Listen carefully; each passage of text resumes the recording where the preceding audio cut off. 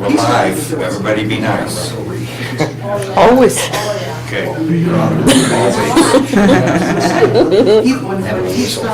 He said that, he's got you sitting there, you sitting here. I just looked over at her and raised my eyebrow. You know, I'm not pointing Like fingers actually 'cause brought tears to my my hands eyes. are under the table. Okay. Oh, that was a good one.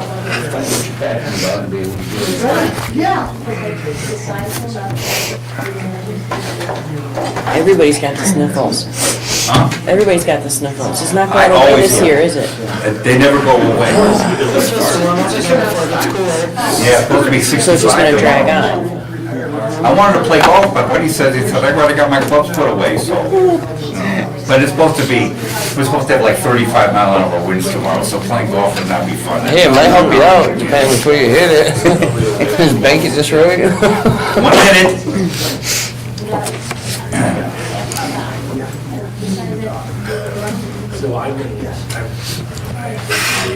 We should have a ball drop or something. You have a gavel, I got you. I got it right here. You've used it one time only because I asked. Well, if you give me a reason to. Okay, then I'll start giving you reasons to. Hey, I'll tell you what, in your honor, Right? because of the turkey drive we had this weekend, I will use it. Okay? All right, there you go. thank God, finally. It's only taken a couple years. Jeez, dude. All right, 7 o'clock. To the pledge. I pledge allegiance to the flag of the United States of America and to the republic for which it stands, one nation, under God, indivisible, with liberty and justice for all. Okay, call the meeting to order, and I need a roll call. Trustee Wiggly? Here. Trustee Kranza? Here. Trustee Lacewell? Here. President Bang? Aye. Trustee G? Here. Trustee Wolford? Here. Trustee Pennell? And I'm here. All right. Can I have a motion to approve the agenda? I'll make a motion. Can I have a second? A second. All in favor? Aye. All opposed? Okay. Can I have a motion to approve the minutes? These are the minutes of the committee meeting on October 10th. I'll make a motion. Can I have a second? A second. All in favor? Aye. All opposed? Okay. Now we're gonna go through the bills. There's a lot of them this time, okay, and that's why I have certain people here tonight. We have the contract, we have the Blue Ribbon came out and fixed our streetlights, the outlets on our streetlights for our Christmas displays, et cetera, 134444. The testing contracts, 395833 and 395834. Water testing, 140. Sewer testing, 118. Water testing, 17 and 17. Sewer testing, 118 and 118. And water testing, 100. Sable came out and pulled the pumps and had them cleaned. This was at the lift station, correct? At the plant, yes. Okay, that was 11/26. The reason we have to do that is because people put stuff in the sewer system that doesn't belong in the sewer system, and it clogs everything up, and if we don't clean it out, the pumps get burned up, and then we gotta spend a lot of money. Not that this wasn't, but, and again, the two trash pumps, $14,058.49. Now, what I want you to do, if you don't mind, is explain to me where these pumps are. So they're not trash pumps, they're technically called wasting pumps. There's one in each SPR. They are what transfers at the final cycle of the process, transfers the sludge from the bottom to the digesters for a certain amount of time to be determined by our mixed liquor suspended solids. We determine how long that process needs to be. Both of these pumps, one was completely inoperable, the other one we assumed would not be far behind it. So we reached out to the village, asked for permission to purchase 2 new pumps. The one that was still working is being refurbished and will go on a shelf as a backup. These pumps we were manually wasting with the trash pump and sending it directly for a certain amount of time to the reed beds, because we didn't have access to the digesters to send that sludge to. So It's an imperative part of the operation to get a certain amount of sludge at the end of the process sent, so. So I just wanted you all to know that's what this big bill is for, okay? Our monthly fee with Biscotti, $126. O'Reilly, and we got some maintenance on the vehicle, $28.21.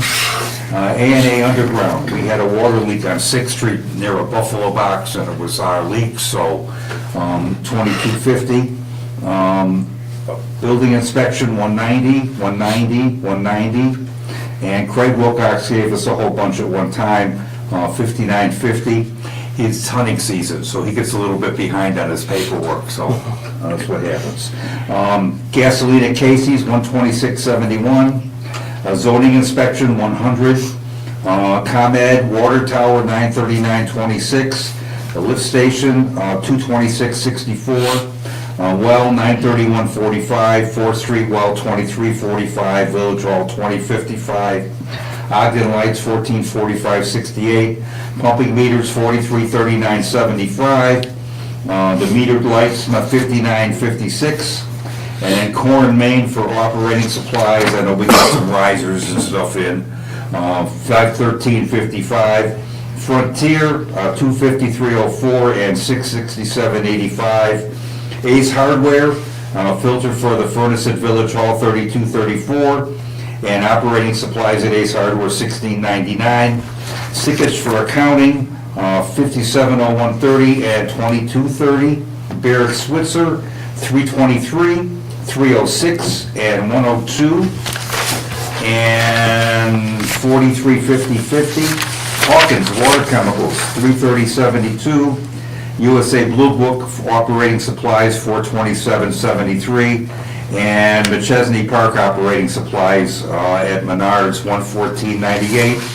The total is $57,760.86, of which $24,049.15 will come out of the general fund, and $33,711.71 will come out of the water and sewer fund. Are there any questions? Okay, can I have a motion to pay the bills? I'll make a motion. Can I have a second? I'll second. Can I have a roll call? Trustee Wakefield. Aye. Trustee Kranza. Aye. Trustee Lacewell. Aye. President Bing. Aye. Trustee G. Aye. Trustee Wolford. Trustee Pennell. Aye. Okay, motion passes. Next, we have public comments. Any public comments? Okay. Next is old business. We don't have any new business. We don't have any, all right. We have the liquor license for the Stumble Inn for the new owner.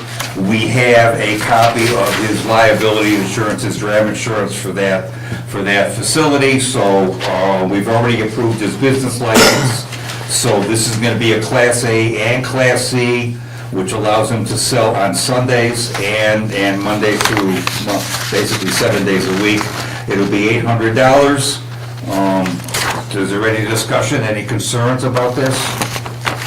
Okay, can I have a motion to approve this liquor license? I'll make a motion. Can I have a second? I'll second. I think we should do a roll call on this. Trustee Wakefield. Aye. Trustee Kranza. Aye. Trustee Lacewell. Aye. President Bing. Aye. Trustee G. Aye. Trustee Wolford. And Trustee Pennell. Okay, excellent, that passes. All right, next on the agenda is an ordinance or a resolution it's an ordinance. We talked about the Lions Club sign. Okay, well, there's a little triangle of property that the village owns. You can't park a car on it, so selling it to the village, to the Lions Club for the purpose of a sign would be a pain in the butt, because we've got to go through an assessment and all that kind of good stuff, all right? And we also talked to them about a 99-year lease, but Tom looked into it, and according to him, there's a lot more legality to a 99-year lease. So this is proposed to be a 20-year lease, which means all we have to do is pass an ordinance, and I think the fee on this, you made it, what, $10 a year? Okay, so that's basically what this is. We're not voting on it tonight, but this seems to be the cleanest way and easiest way to allow them to put their sign up. You've all seen the design of it, it's not that big a deal. It's a plastic sign, it goes over 2 posts, it gets bolted on it, and There's no lights involved, there's no electricity, it's just a nice sign to point towards Lions Club, so, You'll get copies of this for them? yeah. I already did. Okay, because there is an insurance provision, you know, they're gonna put a sign on this and leasing it from us, and if, Yeah, I see the God forbid, if a insurance. car were to hit it or whatever, I don't, you know, we wanna make sure we're named as an additional insured on their insurance covering that sign, so that's the, Okay, all right, so that's what that's all about, all right. Next on here is the new business application. And we have a gentleman here from Tanglewood Farm. Dave, is that it? Doug, I'm sorry, I knew there was a D involved. That's right, you got close. All right, explain exactly what you intend to do. Okay, real quick, my wife and I moved here 5 years ago. We spent 30 years in Harvard, unincorporated Harvard, right off of Hunter Road. We have a small farm operation raising bees, meat, chickens, and pigs. We've been doing this for about 25 years. We're retired from careers in teaching, public service, and food service. So right now, I sell my honey at a Christmas tree farm, and I get colder selling honey than I do deer hunting because I can't go in and have coffee. I just walk in circles to stay warm. So, having traveled this way for 5 years, I've noticed this lot up on 4th and 173, and talked to the overseers of that property, and they said that I could sell my wares there. Specifically, I was looking for honey and beeswax. Figured since we have our chickens and pigs processed in a federally approved location, that possibly might want to sell those. Now, my idea is I'll be selling honey when honey starts coming in around June instead of in late November and December. So I would be looking to set up, probably on a weekend basis, 10 to 2, Saturday and Sunday, a little canopy if I need it, or my pickup truck there and selling jars of honey. I sell 2-pound jars of honey, 1-pound jars of honey, and a 12-ounce dispenser of honey. And some years I have more honey than I can get rid of, some years I don't have enough honey. So that's what farming is. But we live out here outside of town, out on Steins Road, and that's the purpose for my request for a business license Okay. for Capron. All right, And so- I'd be happy to answer any questions. Okay, Tom and I were talking, we really don't have a section in this code for what you would consider to be an itinerant business, okay? An itinerant business is a business that isn't here all the time, or it moves from location to location. It's not the same as a door-to-door salesman or a peddler or a solicitor. We do have a section for that, but that's identified solely as door-to-door. So the only thing that I had a concern with on this was the poultry and pork would probably require some input from the Boone County Health Department. I just received some information from them this afternoon. They Okay. didn't respond to my voicemail that I left, so I sent an email this morning, and while there wouldn't be an inspection required to do it, they gave some guidelines as far as freezers and Okay, scales, if you could things like that. get me a copy of that. I can forward it to you if you have an email. Yep, yeah, vcapronpresident@gmail.com. I'm sorry, B? V as in Victor? Oh, V. Yeah, capronpresident@gmail.com. Oh, it's on the bottom of the Yeah, agenda. there you go, okay. Now, or either one, the clerk or the president, either one would work, okay? So that we can take a look at that, because then we'll have to, And to be honest, that's the time of year that my pigs and chickens are butchered late in the season, so that would be a whole different thing for me to try and put together, but because it asked for in the application, that I'd be. yeah. Well, the only thing is, I mean, if it was just honey and beeswax, we could probably dispense with the health department, but if you want to put the pork and chicken in there even occasionally, then we would have to have something, so let us know what the guidelines are as far as how you gotta take care of everything. Okay. So that we can incorporate that into your license. All right, I'll Okay. be happy to send that over. One quick question. So do you charge sales tax? I'm sorry? Do you charge sales tax? Not additionally, no. So there's no It's tax built on into it? the price. It's built into the price? Yes, I Okay. sell. So you pay to the state Yes, a portion of it for sales tax? yes. And so, the other thing that's important to us in that regard is that you identify the point of sale as Capron, so that Capron gets its share of the sales tax. Okay, State charges 6%, we get 1% of that 6%. So that's the one thing in these ordinances, and I do have itinerant merchant ordinances in other communities, and these pop-up sales, they're just concerned that if there's somebody doing a pop-up sale, they make sure that they're identifying the point of sale as in the village of wherever, McChesney Park or here or wherever, so that sales tax dollars trickle back okay, to the community. all right. Okay, so it sounds like we got a little bit of time to do this. Yes. So, yeah, so if you can, Yeah, when you get this so information, we'll over the tree. put together this business application for you with the guidelines that we want to see on I'll it. forward that Yeah, information. that'll work, okay?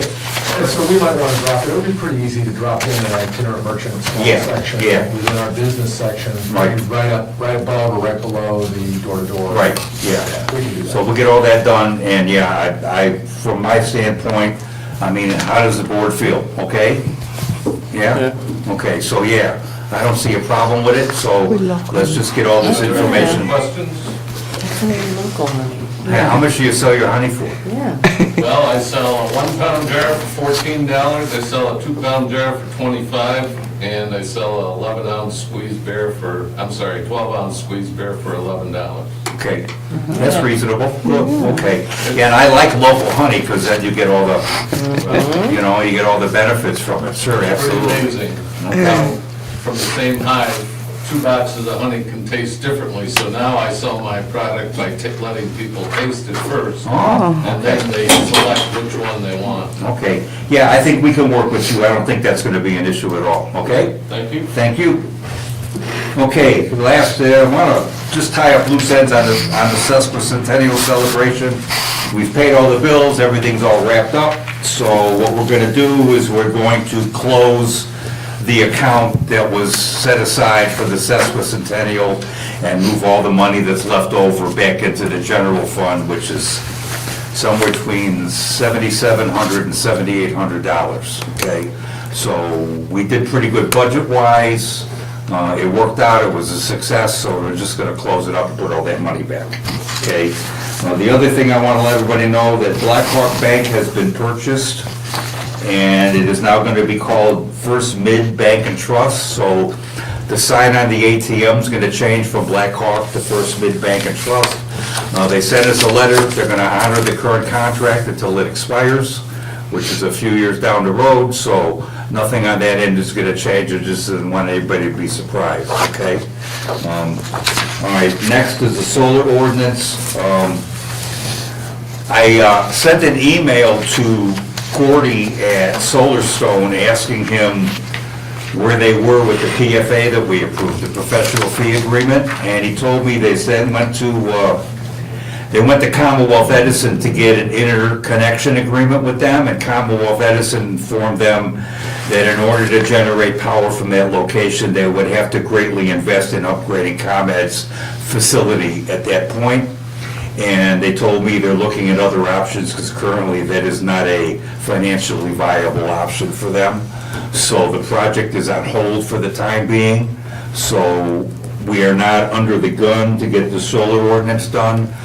Gina and Craig have copies of the latest version, and Craig's out hunting pigs in Missouri right now, so we're gonna wait till they get back and make sure that the changes that we made to it, because we're gonna need one of these regardless of. Yeah, it's true, it's really two ordinances. One is a separate chapter on the design standards for solar, whether it's on the roof of a residence, whether it's on the roof of a commercial building, whether it's a ground mount, or whether it's 20 acres in an ag.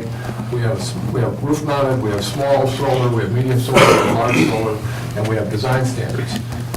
Then we had to amend the zoning ordinance because it didn't address it as, is it a permitted use in residential? Is it a permitted use? You know, it's permitted, and the way it's drafted, it's permitted on the roof of a residential home. But if you want a ground mount in a residential district, you got to come in and show a site plan and get a special use permit. The larger ones are, you have to come in and show where you're going to put it and get the special use permit. So I think we should just go forward. There's no hurry, but we should go forward with those. They're drafted, and we'll get the comments from the inspectors, and once everything's approved, then we'll go through the process of... Yeah, but we have time to get it right, so we'll take a little bit of time. Okay, next is Strand Engineering, and first thing I want to go over is the Amendment 4 to the task order. This is merely an extension of the original contract for one more year. It's like re-upping, okay? So it increases the amount, and this is the total amount of the contract since day one. So it's gonna go from $55,000 to $70,000. Again, it doesn't mean we're spending it all, but it gives us like a budget for the coming year at the end of this contract. So you guys can look it over. This is as simple as it gets. But the reason I have Ryan here is because in conjunction with all of this, a couple of 2, 3, 4 months ago, we approved a bunch of task orders for Strand. We approved a source water protection plan.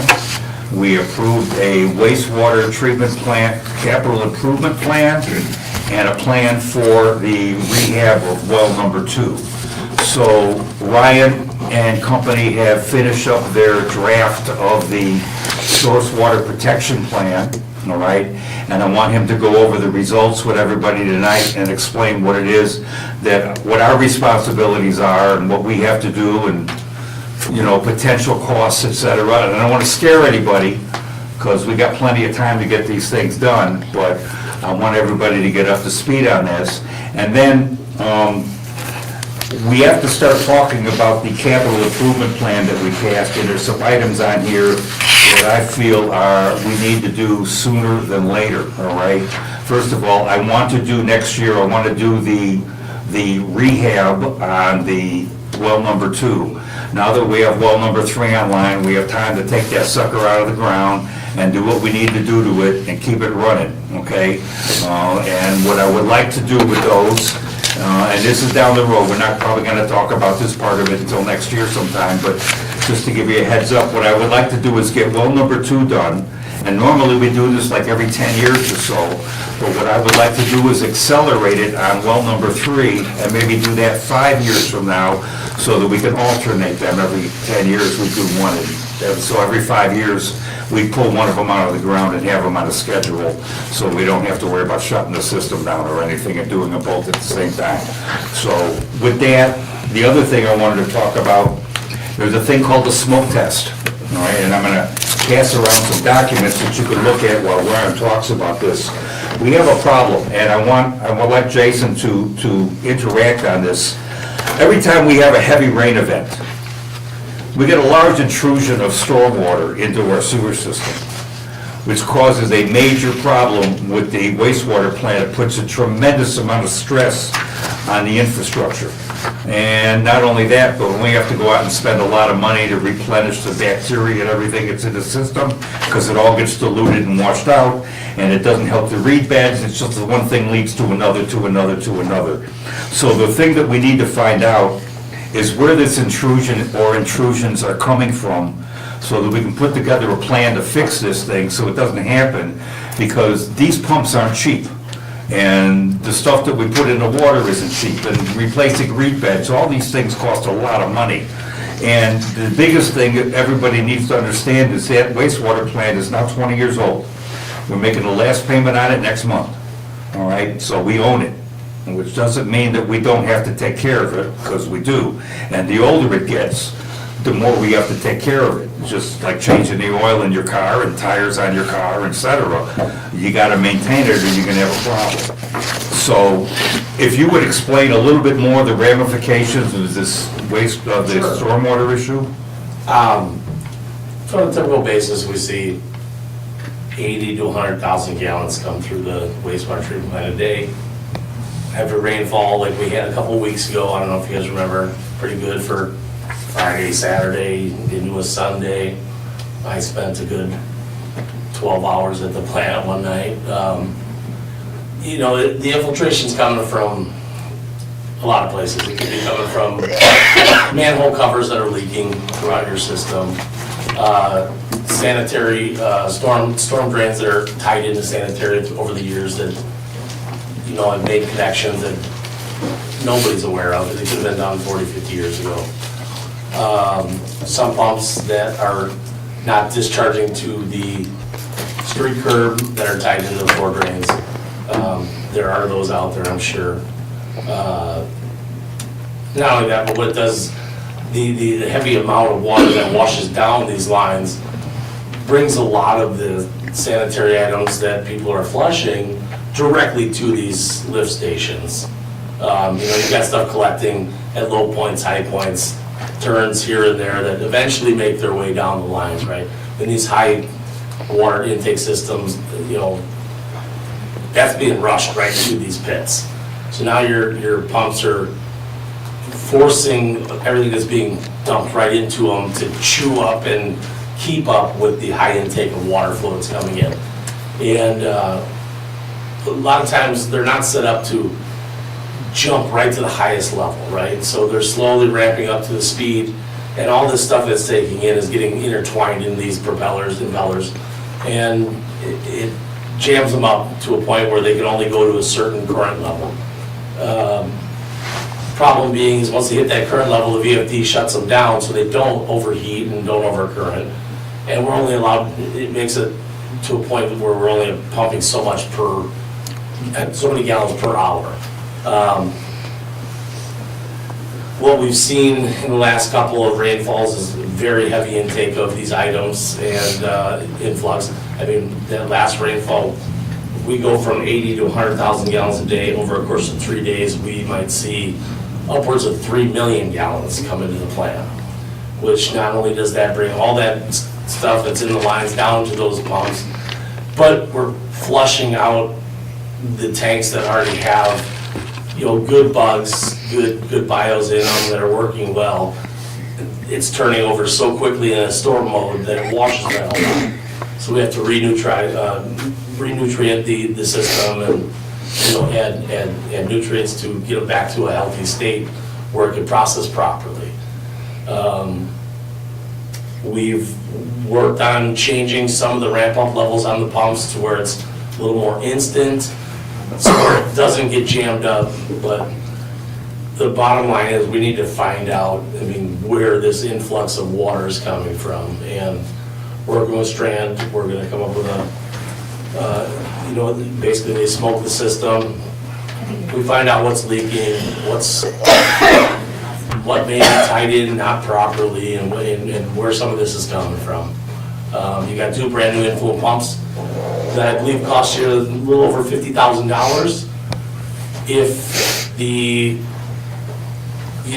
pressure from these kind of systems overtakes the 20-year-old VFDs that run these pumps, you're looking at another $50,000 plus to replace those.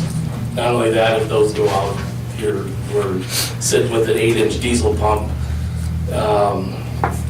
pumping around the plant. I mean, into the plant, but around the screening system directly into the plant. So it's not a good idea, you know, situation. It's been this way for a long time. This isn't something new. I mean, obviously you can send out pamphlets to address people's flushing stuff. It shouldn't be flushed, but it's going to happen. I mean, it is what it is. I mean, I hate that saying, but people disregard those kind of standards. You guys are still working on stuff to put into the system to kind of trap that stuff before it gets to the plant, aren't you? Sure, but in those kind of situations, when you're talking 80,000 gallons a day versus 1 million gallons a day, you're never going to trap it. It will just completely override anything you've got set up for maybe a countermeasure of trapping some stuff a day, right? The biggest problem is if these pumps stop working, everybody's connected to the system and it's gonna end up in your basement. Right. Eventually. I mean, everything's good, everything's working fine, but those situations are putting extra stress on pumps and due burden on the plant. It doesn't need to be, if we can isolate and figure out some of these, where this influx is coming from, it would be much cheaper than replacing a lot of the stuff over there. So, Ryan's gonna go ahead and talk a little bit about the process. And hopefully we can identify some of those sources and eliminate a little bit of that influx during those times. Okay, Ryan, the floor is yours. Okay, so we'll start, I guess, you introduced a few different things that Strand's been working on. I guess we'll start with the wastewater treatment capital improvement plan. We discussed that today earlier, and we'll have a draft for you guys to look through later on, once we're done. But one of the components is the smoke testing of basically all of your sanitary lines. And the way we do that is we basically try to isolate each I'm gonna pass those down. sanitary sewer throughout the system, and then basically pump smoke into that. And if we don't have any smoke coming out downstream, we generally know that there's not a really great pathway there. And if we see a bunch, or there's also like certain features, like if there's a manhole that's got an opening in it, you'll see there. But if it's at like a bottom of a crevice too, that has higher potential for seepage, even than if there's not a lot of smoke coming out of it. We basically systematically go through every sanitary main and like check out what's going on, right? There's some notices that we'll want to send out, because if people are connecting their gutters, their sump pumps, you know, any of their discharge Washers, dryers. yeah, to the sanitary that shouldn't be, if there's not the, like the U-traps there that are filled with water, and in most cases, like a sump pump from your basement won't have a U-trap because it's not a drain.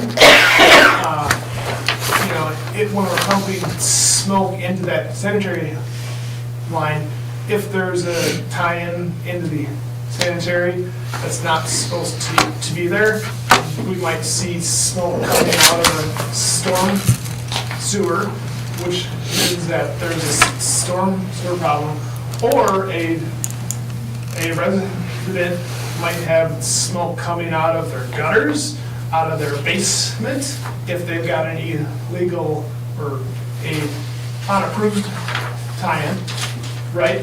So we'll want to, when we're doing that, you know, we'll want the village to notify folks that, hey, this is occurring.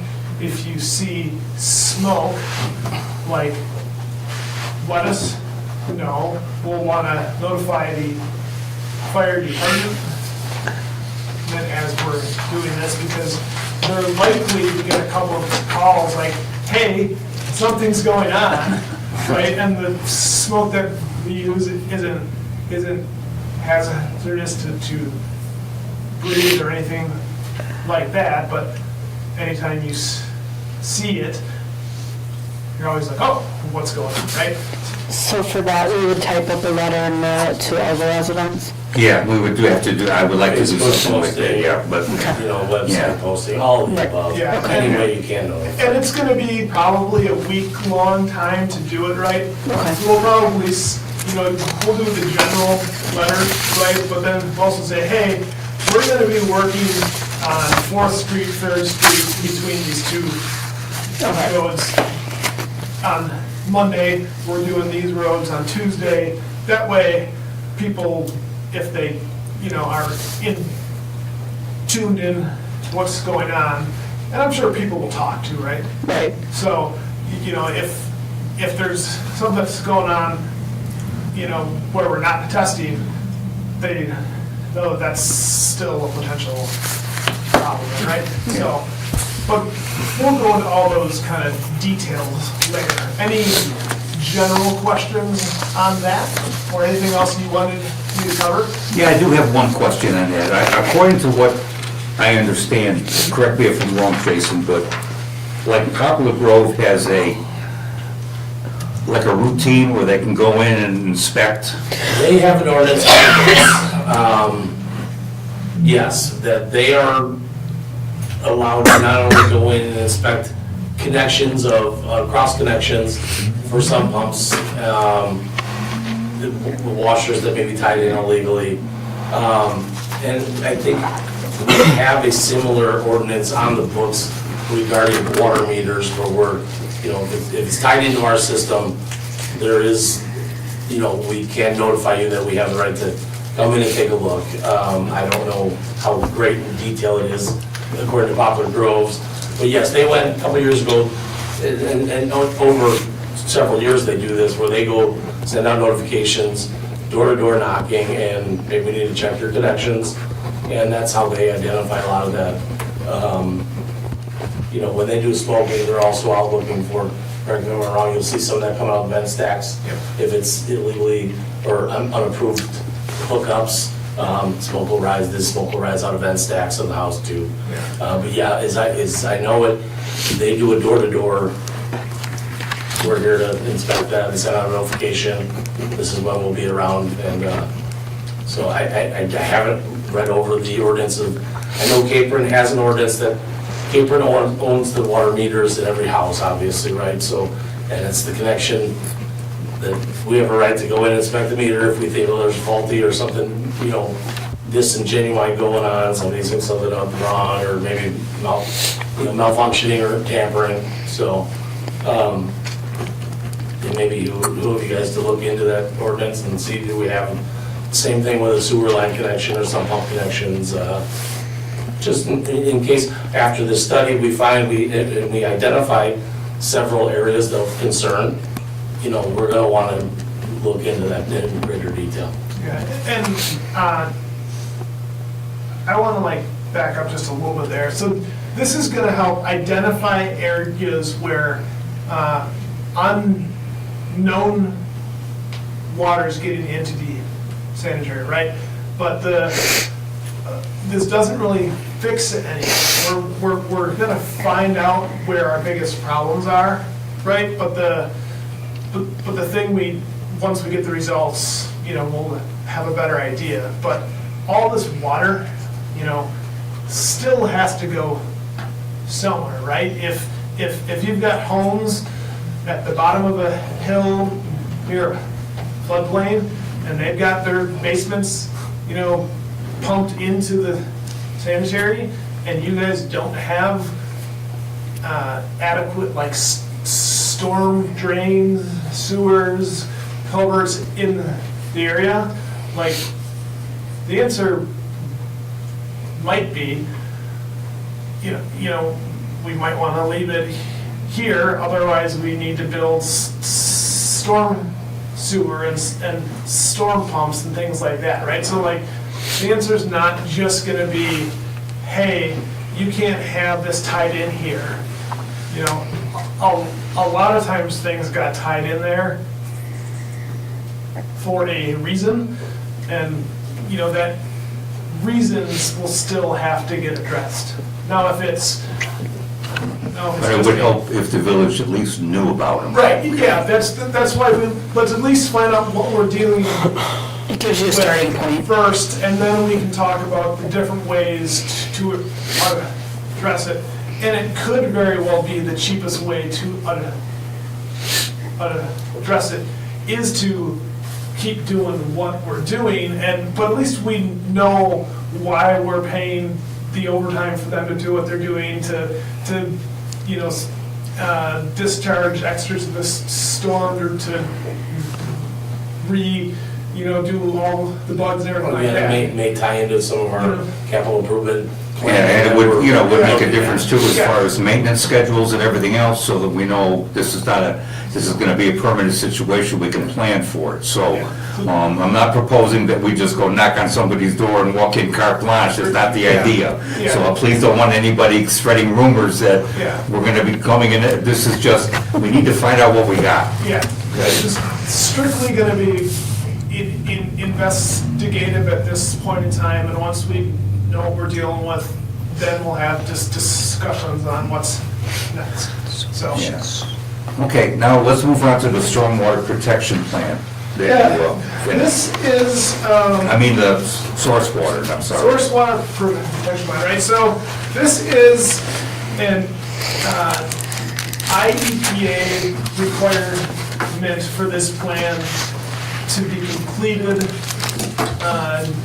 either June or July of 2024, and then updated every 5 years thereafter. We're, I would say, on or a little bit ahead of schedule, because we're mostly done. This is a document that we have to certify, and we'll probably wait until May of next year to actually stamp this. That way, the clock to do it again is pushed back as long as it can be. But what a source water protection plan is, we've got 2 active wells, we've got, well, 2 and 3, both are deep wells, and really the purpose of this plan is to identify, you know, what your sources are and what your potential risks to those are, and try to do everything in your power to protect the source water wells, right?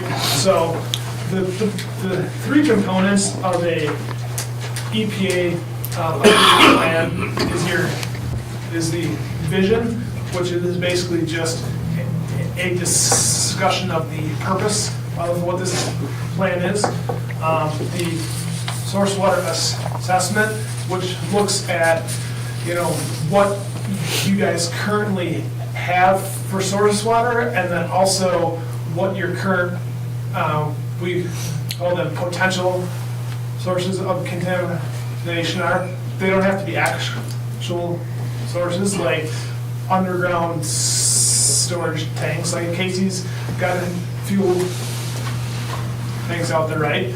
And they're, you know, they're all approved and stored, but they're a potential source, right? If those were to leak, there's potential impacts then, right? And there's lots of different potential sources that we've identified in this plan that we kind of keep track of and monitor. And then the other thing that this does is it basically requires that new businesses that come into town, or residents that want to put in larger, you know, tanks or things like that, you know, they have to keep them a certain distance from your sources. And because we have deep wells here, generally speaking, we want to keep any potential source at least 200 feet. Those are the first 2 parts of this plan. The last one is the action plan of, like, so 1 and 2 is basically, here's what our purpose is, here's what we have, and the 3rd is the action plan of what are we going to do to make sure that these sources, you know, keep it clean, right? So we have a list of different things that we can do, and we talked about a few. There's public education flyers, you know, like, you know, working with the county and the village to, if people have, you know, batteries or TVs and things like that, that we don't want them to just, you know, bury or pour out, you know, to give them an opportunity to get rid of those things, you know, flyers for things that we would hope people would know to do with their water and what maybe not to do. There's, just a bunch of different things that we want you to do.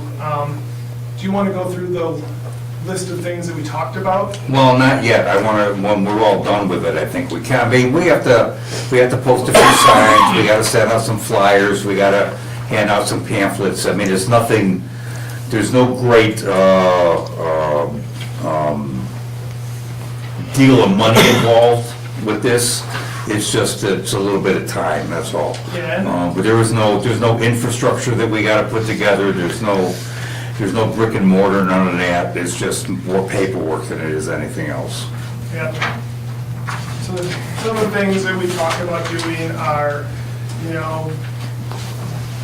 youth and education, right? Like, get the kids talking about it. You can have, classrooms if they wanted to, when testing was interested, visit well 3 to, talk about, the importance of water and protecting the area. There's some like Capron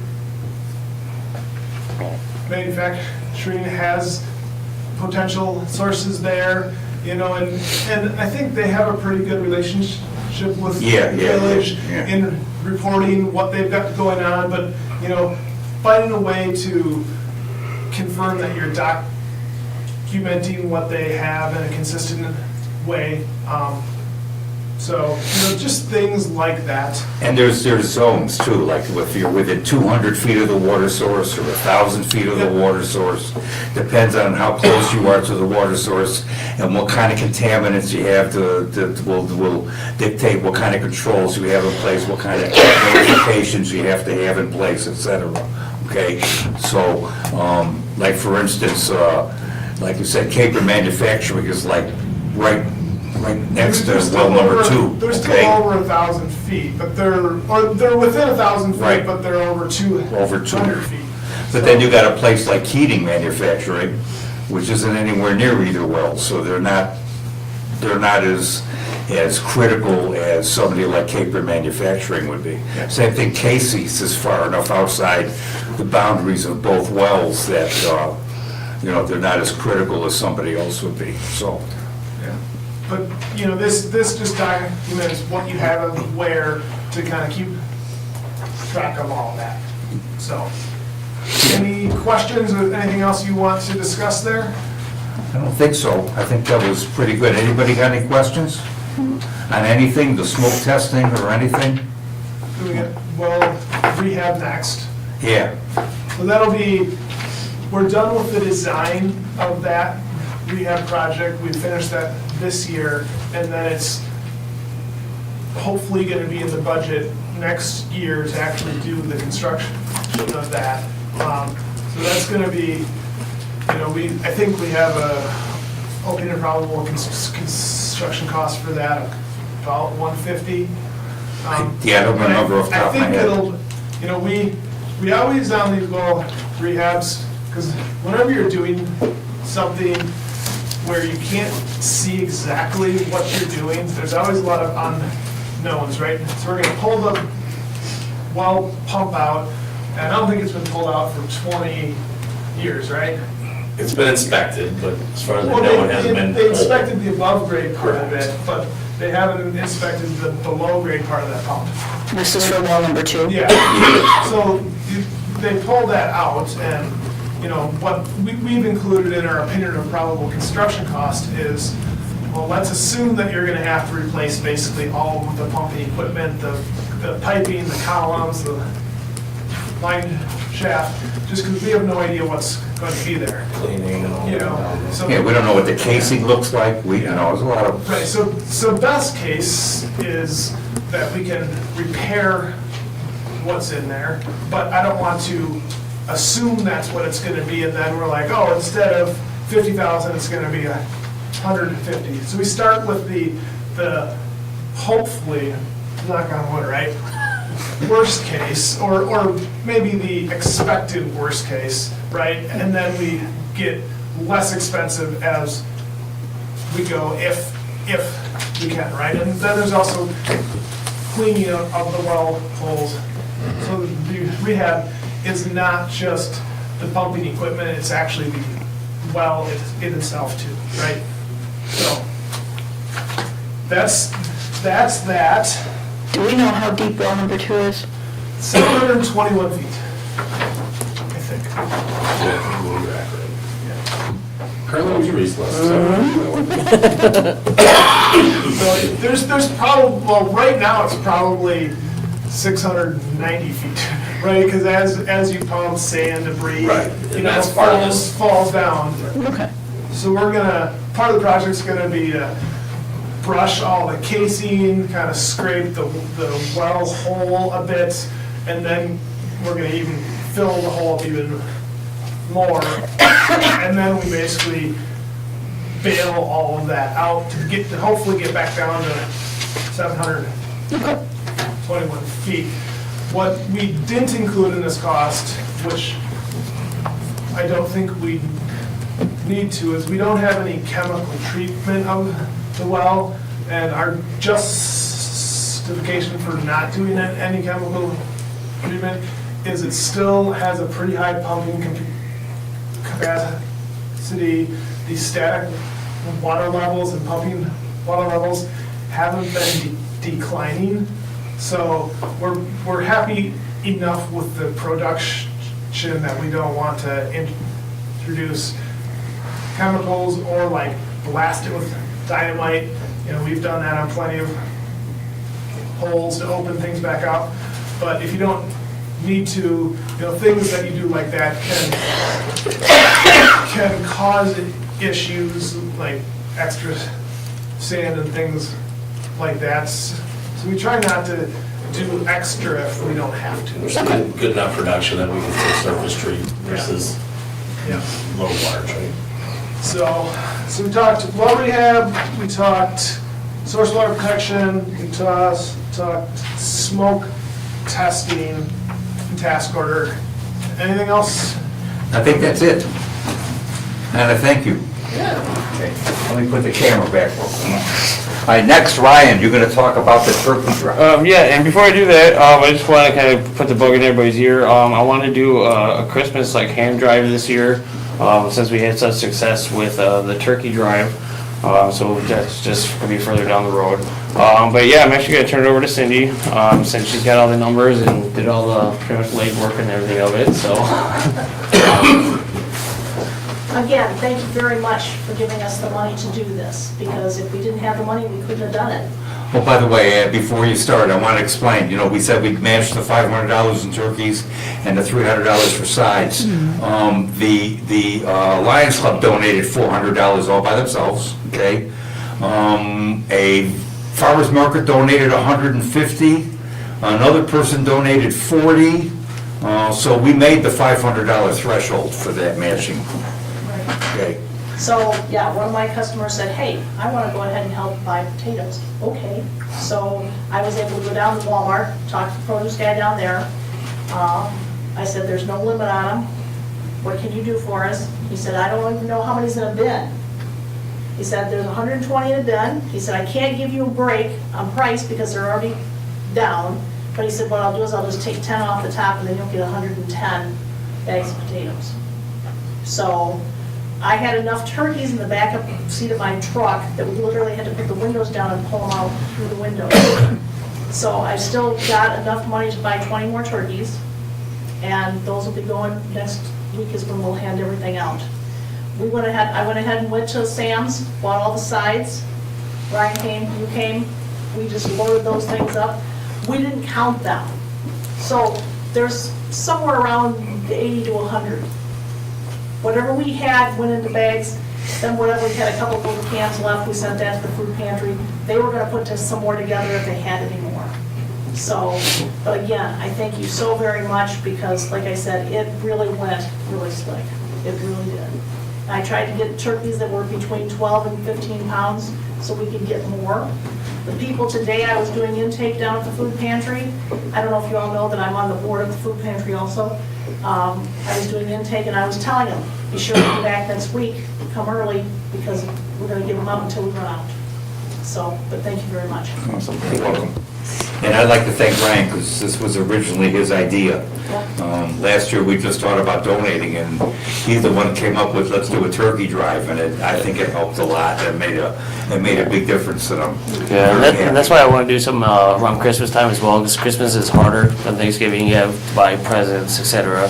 So we want to do like a ham drive versus a turkey You know, like I drive. said, there's people in town that Oh, yeah. that take advantage of it, that need it, and I feel like part of the village government is to help out those that aren't so fortunate as the Right. rest of us are, so. They were so excited to hear that they were gonna get sides with their turkeys and that they didn't have to worry about all that stuff. I said it'll be a complete meal. They were just, oh my gosh, thank you so much. And I told them it was came from the village and from Alliance, so they know. We got what, turkey, stuffing, beans, corn, and Gravy. gravy. Yeah. Yeah. And the cranberries and the 5 pounds of Yeah. potatoes. So it'll be like a full Yeah, so it's- turkey dinner kit. They'll eat pretty well, at least that day, anyway, so, okay. Thank you. So, thank you. Trustee Carranza, anything? Okay. Trustee Lacewell? Nothing. Trustee Agee? We need to vote on money for the turkeys, because we have not done that yet. Oh, yes, we do. That's right, I'm sorry. Okay. Yeah, so we said we would pledge $500 in matching and $300 for the side. So, can I have a motion to approve that? I'll make a motion. Second? I'll second. All in favor? Aye. All opposed? Okay. And next is trustee Agee. Okay, we have the tree lighting and the Christmas and Capron coming up. It will be on the second Tuesday in December, which I believe is the 10th at 5:30. That's the same time that we've had it for the past couple of years. And we're gonna have Santa. It'll be delivered by fire truck. So can I interrupt for a second? So that's going to be the tree lighting? The tree lighting and the refreshments and Santa. Yeah. Do we have anything, I'm sorry to interrupt, but do we have any date for the inter-county? No, Well, we haven't heard back from Chief Holmes, I don't think. no, but Barb had set aside December 15th for the Lions Club building. So that's kind of what we would hope for. You weren't here, and neither was Glenn, but what we did last year and the year before is we had a Christmas party for all the entities that keep this town running. The township, the Lions Club, Capron Rescue Squad, the fire department, the village, Test Inc., et cetera. And, you know, we catered it from roses, and we had refreshments, and we had it we decorated the Lions Club and everything for everybody. I just felt like it's a good team building thing, and it's a way to say thank you to all the people that work behind the scenes and sometimes put their life on the line for us, just to keep this a town that's operating, everybody happy and healthy. So we did that. We worked up a budget. I don't remember how much the budget was last year. Should be about the same. But we don't do anything extravagant with it, like pizzas and chicken and stuff, and that's about it. And Tom pays for the booze, so. Yeah, we had a good time. Everybody had a good time. The first year we did it at the fire station, but, and it was okay, but there's a lot of equipment in the fire station and not a whole lot of room, so the Lions Club last year was gracious enough to allow us to do it over there, and it worked out really nice, so, okay. Okay, water report, Mr. Pennell. I'm sorry, trustee Walforth is not here, Mr. Pennell. The water report has 6 items to talk about tonight. Number 1, the solar field that's down Wooster is just about completed. Number 2, the plant is now in winter operation mode. Number 3, the wells and water tower have been put into winter operation level. Number 4, all Illinois Environmental Protection Agency required testing has been completed for the month. Number 5, both lift station plant and neighborhood pumps have been pulled out and cleaned. And number 6, lift stations and alleyway has been scheduled for a cleanout, but we have pushed back the date due to the company that provides the equipment. They had a failure with the piece of the equipment. That's all. Okay. All right, anybody got anything else? What is winter road? Generally, we set levels higher during the summer, higher for high levels because it's more of an abundance of water to use. For alarm modes, winter modes, those don't need to be quite as high, so it cuts our pumping levels back a little bit. Just one thing. All right, anybody got anything else? Okay, can I have a motion to adjourn? I'll make the motion. Second? I'll second. All in favor? Aye. Okay, all opposed? Okay, thank you, everybody. Oh, everybody have a happy Thanksgiving. Our next meeting is after Thanksgiving, so if anybody out there or in here is traveling over the holiday, please be careful. We want to see you again afterwards. And don't eat too much. Okay, thank you.